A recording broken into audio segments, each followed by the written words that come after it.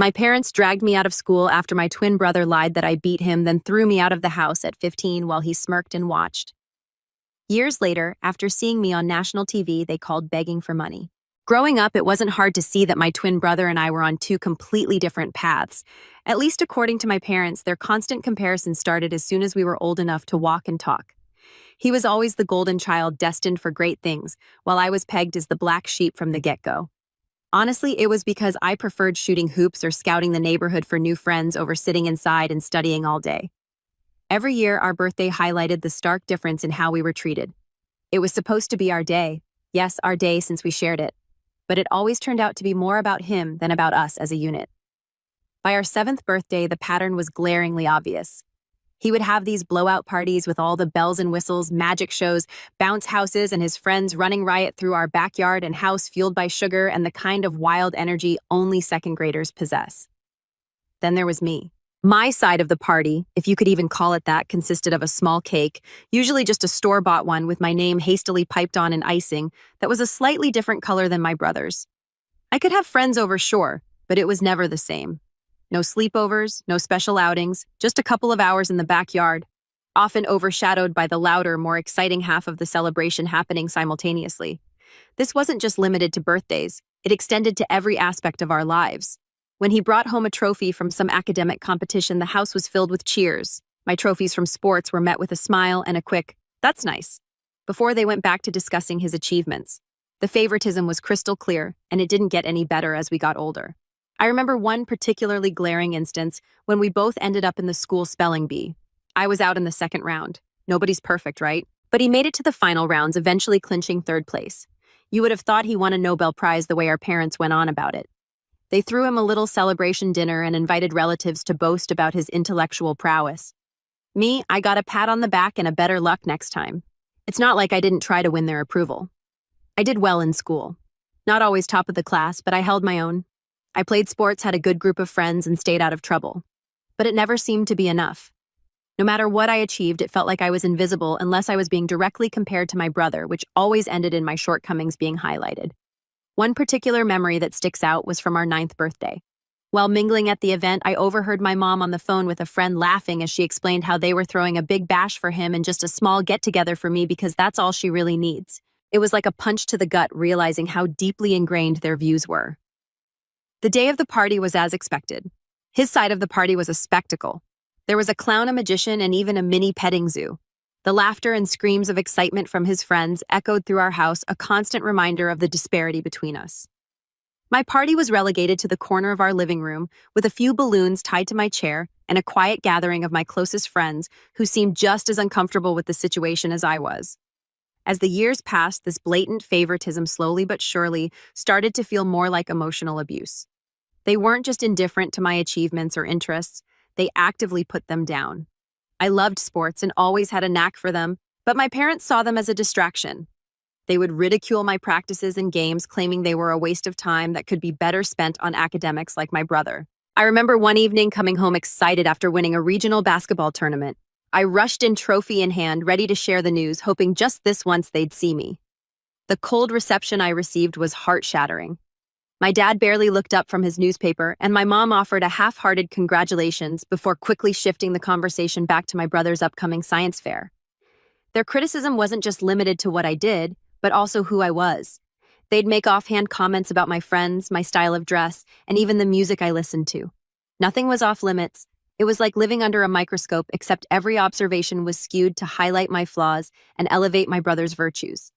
The only person who ever seemed to see me for me was my grandmother. She was my saving grace during those turbulent years. Whenever she visited, it was like a breath of fresh air amidst the stifling atmosphere of my home life. She'd bring me my favorite chocolates and sneak me a little money, telling me to spend it on something fun just for you. Her visits were the highlights of my childhood, the moments I felt valued and genuinely loved. But as we entered our teenage years, even my grandmother's visits couldn't shield me from the increasing hostility at home.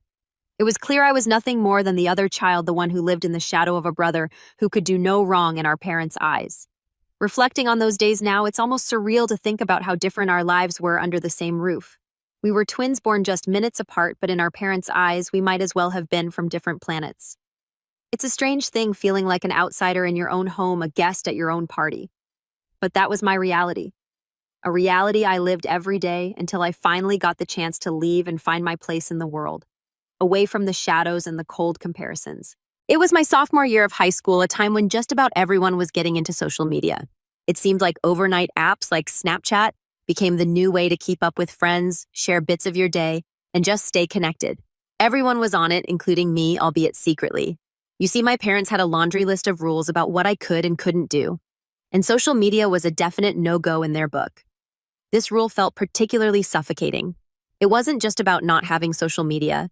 It was about being cut off from my peers, isolated from the conversations that continued after school hours, while my brother freely surfed the web, chatting with friends, and even playing online games. I had to sneak around to download Snapchat, the one app I thought could be my little window to freedom. One Tuesday, everything blew up over this app. It was just a regular school day. Nothing out of the ordinary. I went to classes, laughed with friends, and participated in track practice after school. Little did I know my secret use of Snapchat was about to turn my already rocky home life upside down. I got home that evening, phone tucked securely in my pocket, thinking I'd scroll through some messages before starting on homework. My brother was in the living room as usual, glued to his laptop. My parents were still at work, which typically gave me a little breathing room. I headed to my room, tossed my backpack on the bed, and pulled out my phone to catch up on what I'd missed. That's when my mom came home early. Not just a little early, but really early. I didn't even hear her car pull up over the music I was playing. The next thing I knew, my door flew open, and there she stood staring at me holding my phone. Her expression shifted from surprise to anger in a split second when she saw me freeze, guilty as charged, with Snapchat open right in front of me. "What is that?" she snapped, her voice cutting through the music. I tried to explain, to tell her it was just Snapchat, that it wasn't a big deal. But as far as she was concerned, it was a huge deal, a direct violation of their trust and rules. My explanations fell on deaf ears. She snatched the phone from my hands and began scrolling through my chats and pictures, her anger mounting with every swipe. "This is exactly what we warned you about," she hissed, glaring at me as if I'd committed some serious crime. "You can't be trusted. You just can't." Before I knew it, my dad was home too. He was less explosive but more disappointed, which in some ways felt worse. They stood in my room, my mom ranting about how social media was corrupting me, how I was throwing away my future for some silly app. My dad nodded along, chiming in with his own stern warnings about privacy and how I was exposing myself to dangers online. The whole situation escalated quickly. My mom, still fuming, started tossing my room. She threw my books off my desk, yanked posters from the wall, and dumped out my drawers. My little sanctuary, my tiny slice of personal space, was being torn apart before my eyes. My protests were drowned out by her continued ranting about trust and rules. Then came the real kicker. They decided that since I had breached their trust so flagrantly, I didn't deserve privacy. My dad, with a grim face, removed the door from its hinges right then and there.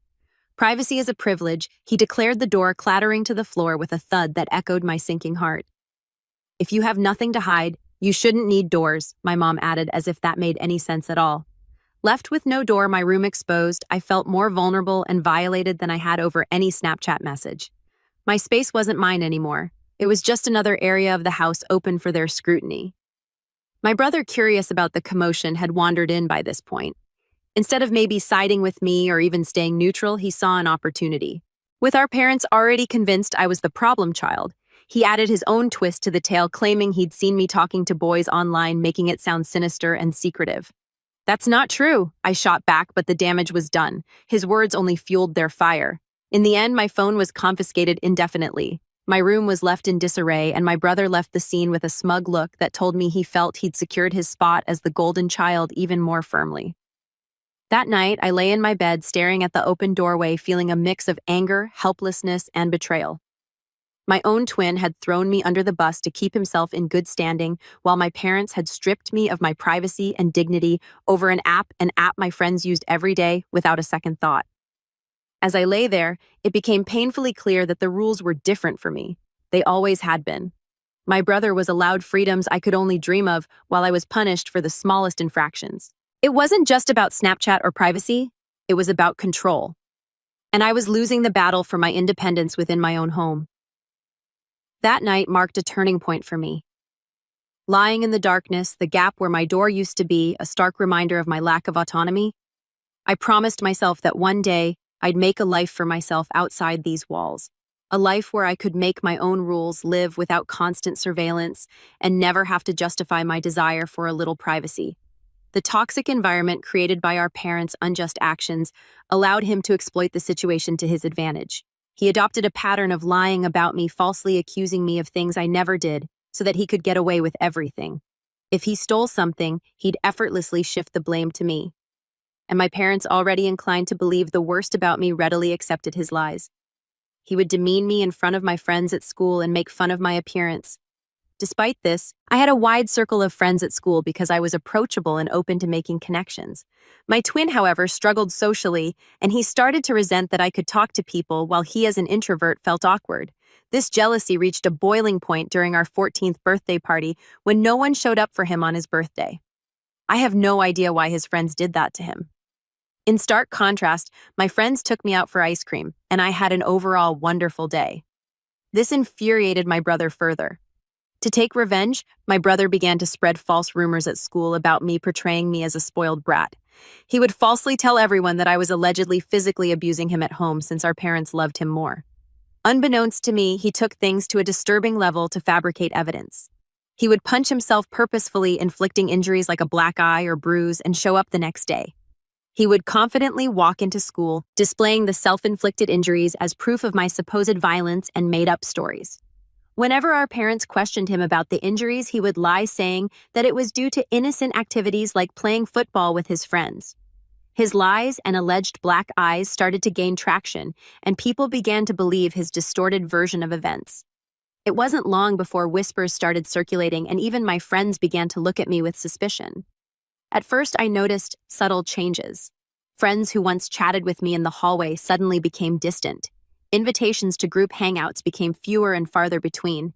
It was like a switch had been flipped, and people were hesitant to associate with the supposed spoiled girl accused of violence. One day, I mustered the courage to ask my ex-best friend why things had changed between us. She opened up about how my twin brother had been spreading rumors about me. She revealed the detailed lies he had told everyone, accusing me of things I had never done. I was shocked to hear her words. The feeling was a mix of disbelief and betrayal, as if the ground beneath me had given way. My brother, someone I grew up with, was spreading lies about me, accusing me of things I would never even dream of doing. It was a betrayal that cut deep, leaving me with a knot in my stomach and a heavy heart. I confronted my brother that day after school, but he chose to ignore me. I begged him to stop lying about me, but he smirked at me and told me that I deserved to be alone. I was at a loss for words because his lies and behavior were starting to scare me. I wanted to talk to my parents, but I was afraid that they would believe my brother over me. The isolation stung, especially because I had always been open to making friends. It felt like my brother's jealousy-fueled lies were tearing down the connections I had built over the years. Teachers began to catch wind of the rumors. It was a surreal experience, as if I were living in a parallel reality where my true self was overshadowed by the malicious stories spun by my own twin. The lies had grown beyond mere teenage gossip. They were now shaping how people truly perceived me. The nasty rumor quickly reached my principal's ears, and then my worst nightmare came true.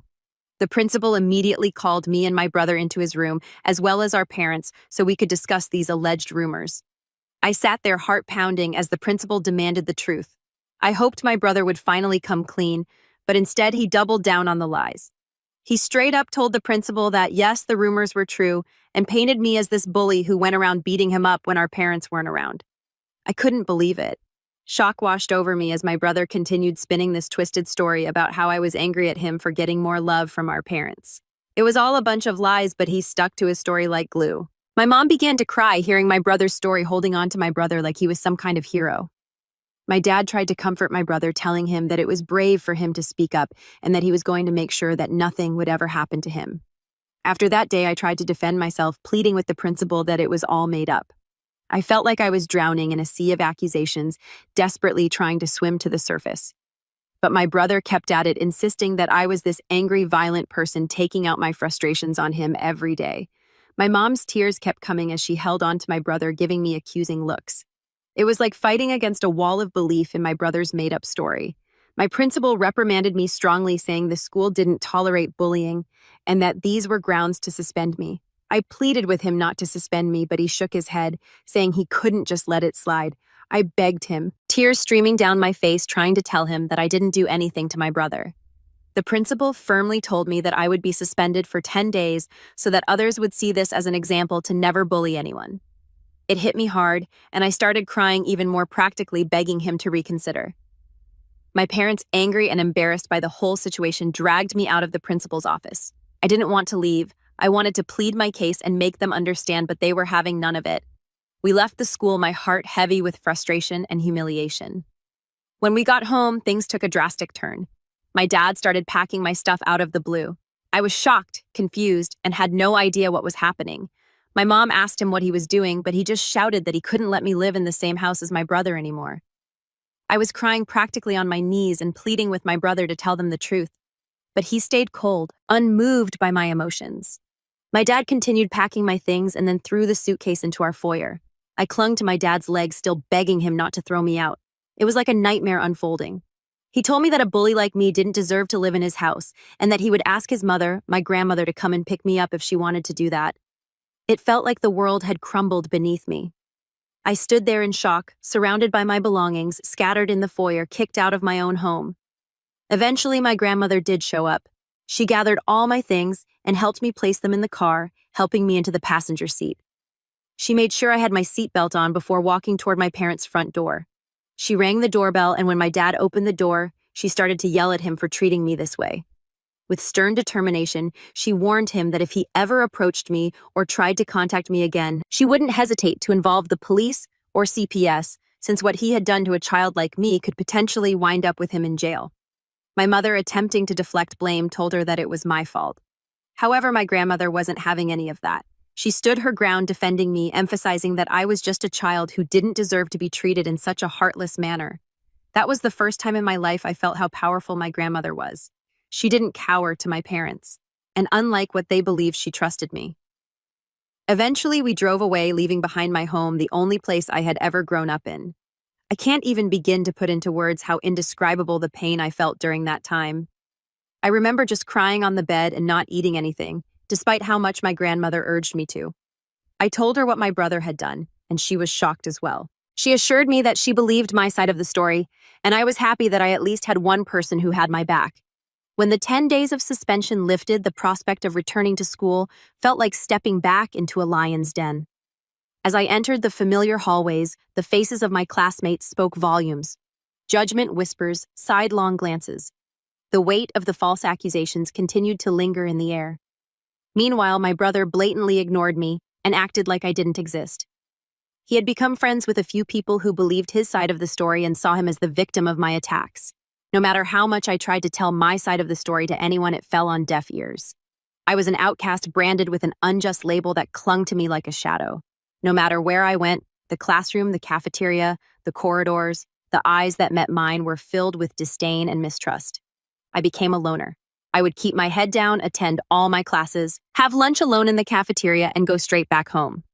I had no friends, and it felt like everyone pretty much didn't want me there. Throughout all of this, my parents never once called to check up on me. My grandmother would constantly remind me that this was not my fault and that life would eventually be okay. I graduated high school with good grades and was looking forward to college, where hopefully I would have a better life. It was only when I went away to college that I first experienced what freedom felt like for the first time.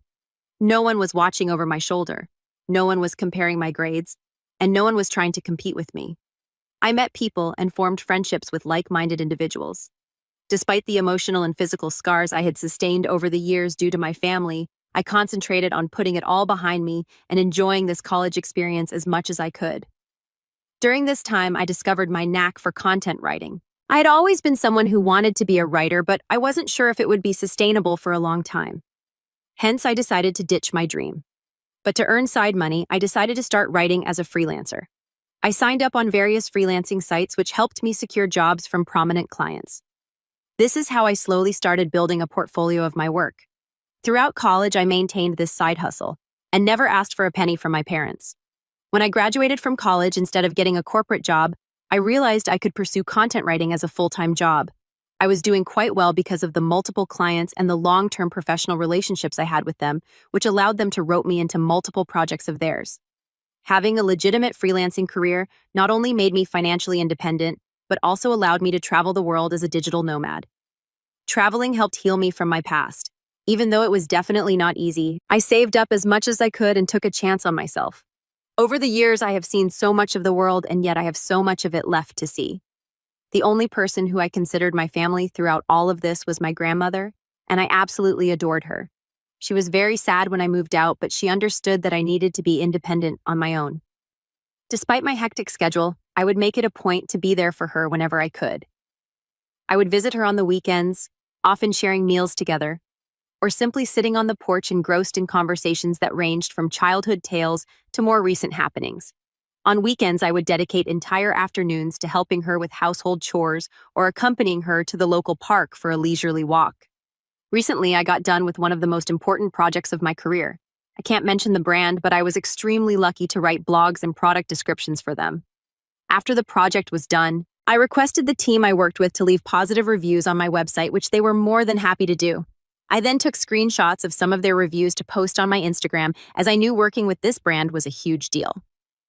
As expected, a lot of other content writers reached out to congratulate me on my professional success and even reposted my story to help spread the word. This is how I started getting messages from strangers who also needed help with their websites.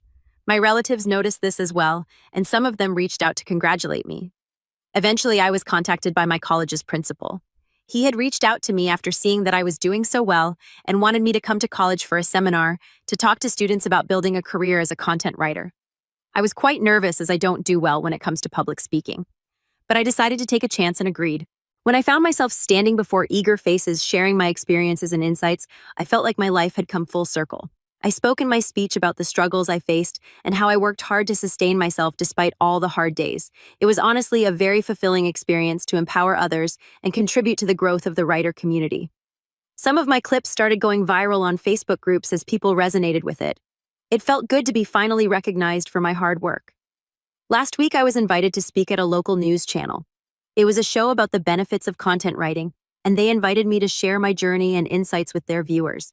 I was a bit nervous, but also excited for the opportunity. During the show, I talked about my experiences, the importance of client reviews, and how a simple appreciation post could open doors to incredible opportunities. The opportunity to reach a broader audience and inspire more individuals in the field was both humbling and exhilarating. When it finally ended, I shared some of these clips on my Instagram, as well as I was proud about being invited to a TV show. This is how my relatives and cousins started finding out how well I was doing in my career.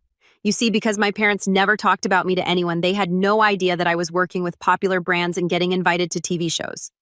This is how word quickly spread within my family. I guess this TV interview must have finally reached my parents. A few days later, I was working on another project and had my phone on silent. When I was done with my work, I checked my phone, and to my surprise, there were 6 missed calls from my mom. I was honestly shocked to see her name on my phone, as it had been a long time since she had called me after all those years of silence. I couldn't fathom why she was calling me. I hesitatingly called her back and she picked up immediately. I asked her if everything was okay and my mom started to congratulate me. My dad, probably sitting right there with mom, jumped into the conversation also. He started to inquire about my life and well-being, and I answered the questions without much thought. It didn't strike me as unusual until they began to ask how much I was earning these days. I told them that it was none of their business, and my dad replied that we were family, so I shouldn't feel shy telling them my income.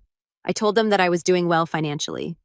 Hearing this, my mom then began to say how hard their life was these days, and my brow furrowed in suspicion. Basically, here is how our conversation pretty much went. We are retired now. We have been wanting to renovate the house for a while now. It's not in the best shape, but we have no savings left. Your success has given us hope. After watching your TV interview today, we thought maybe you could help us out by paying for the renovations. After all, we are a family. You shouldn't hesitate to share some of your earnings with us. We could really use your help. Are you joking with me? Why are you asking me for money when you haven't even talked to me for years? I don't know what made you decide to reach out to me. And while I appreciate the congratulations, I'm not going to help you out in any way. Hearing this, my mom started saying how I was being selfish and that I needed to support them as a family. My dad also added that as my parents, they deserved to be looked after, and that this was the least I could do.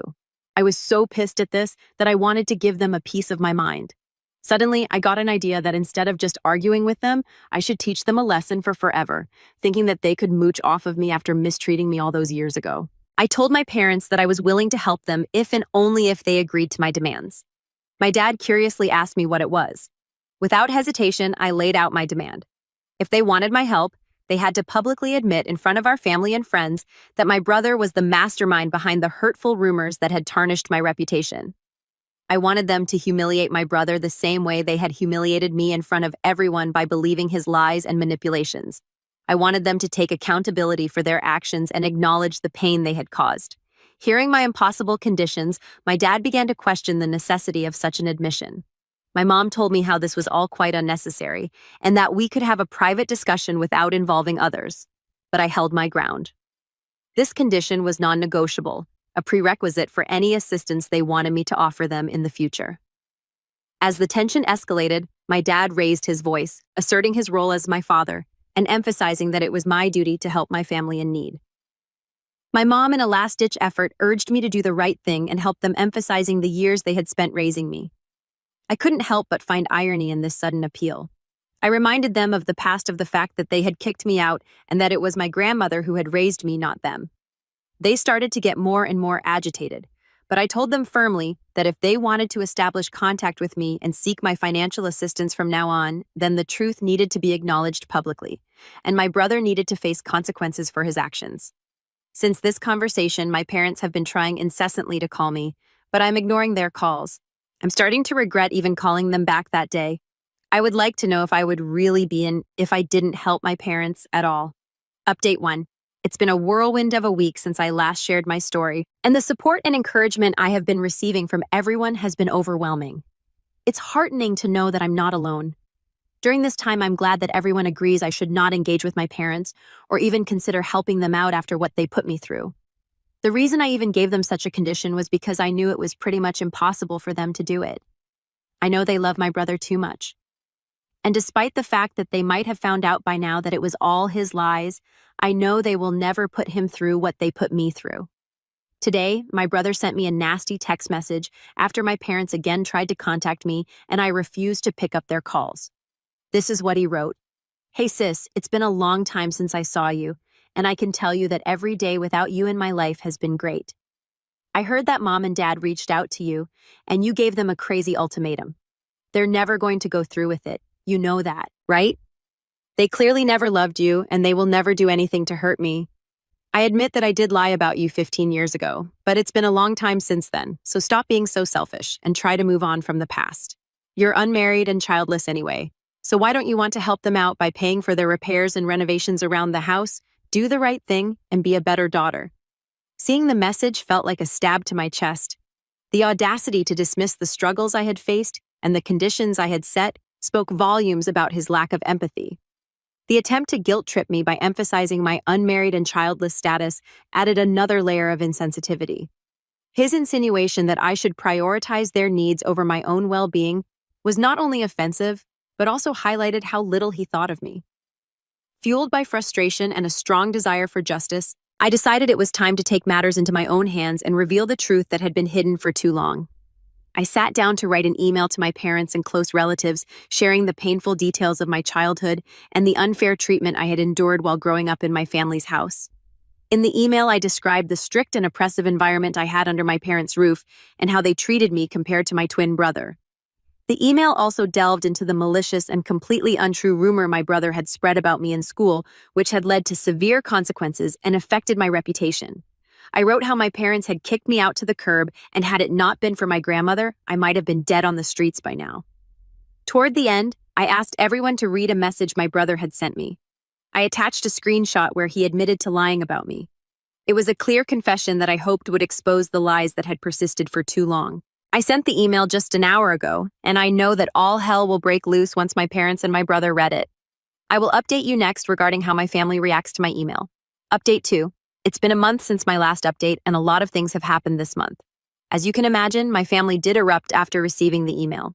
My parents have received criticism from relatives who were previously unaware of the extent of the favoritism and emotional abuse. A lot of the family members reached out to me telling me they had no idea about all of this and apologized to me for not being there for me. My brother and my parents sent me a barrage of text messages that were starting to get more abusive and violent, so I decided to reach out to a lawyer who sent them a notice of cease and desist. It basically warned them not to contact me further. If they did, they would have to face dire legal consequences.